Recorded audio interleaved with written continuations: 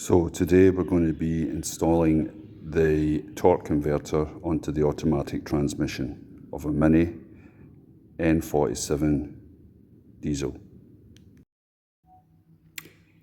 So before we fit the torque converter onto the automatic transmission, we're just going to have a look in here at the input shaft, and you'll see that there's two elongated parts. So there's two splines there at the back, the very back, that's for the pump. Now it's very important that the two indentations on the torque converter go all the way in there to the pump so that it can pump the hydraulic fluid around the system. Okay, let's go. So because the pump splines are at the bottom, I'm going to make sure this is up and down as well.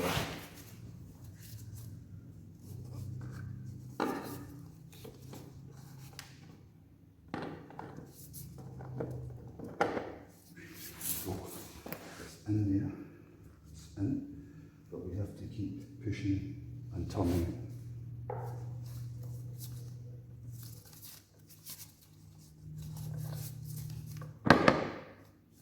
Okay, and then that's it, all the way in.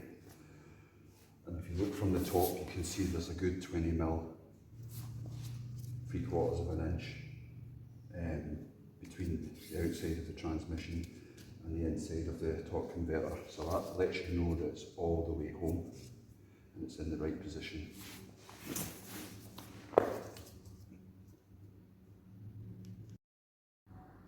And the next job is going to be joining the automatic transmission back to the engine, and then after that, hopefully once we get everything back together, everything will be going back into the car.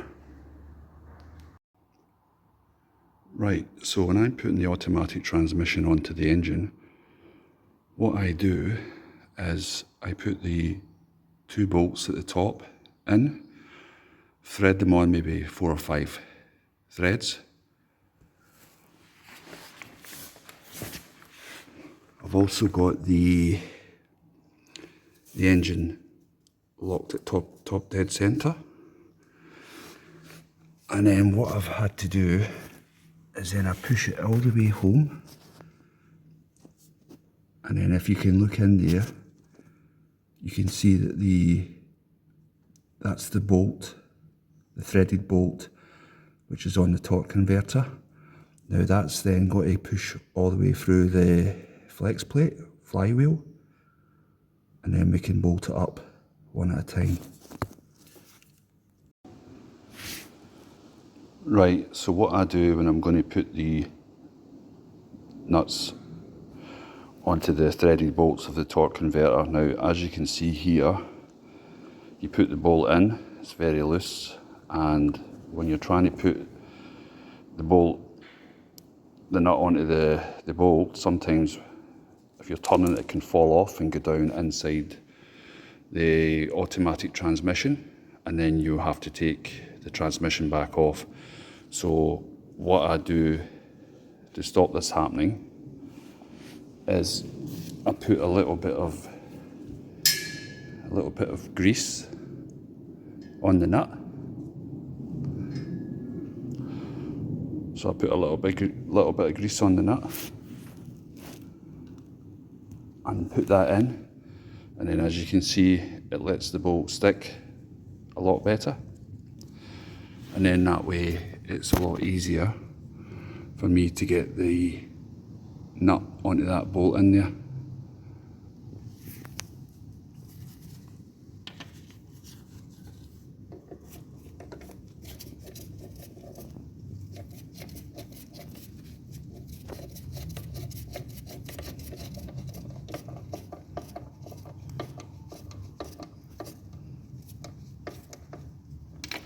Okay, so what I'll do is I'll clean that off now, and then I'll turn the engine round so that the next bolt's available, the next nut and bolt. And then I'll just continue and do the rest of the remaining 6 there.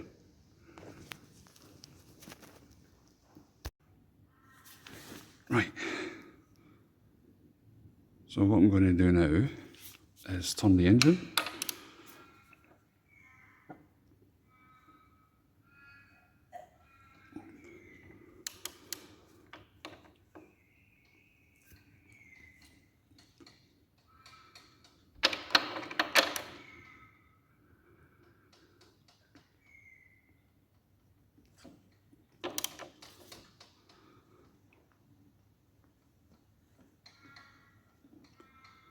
And that's you. We've got the other nut and bolt now.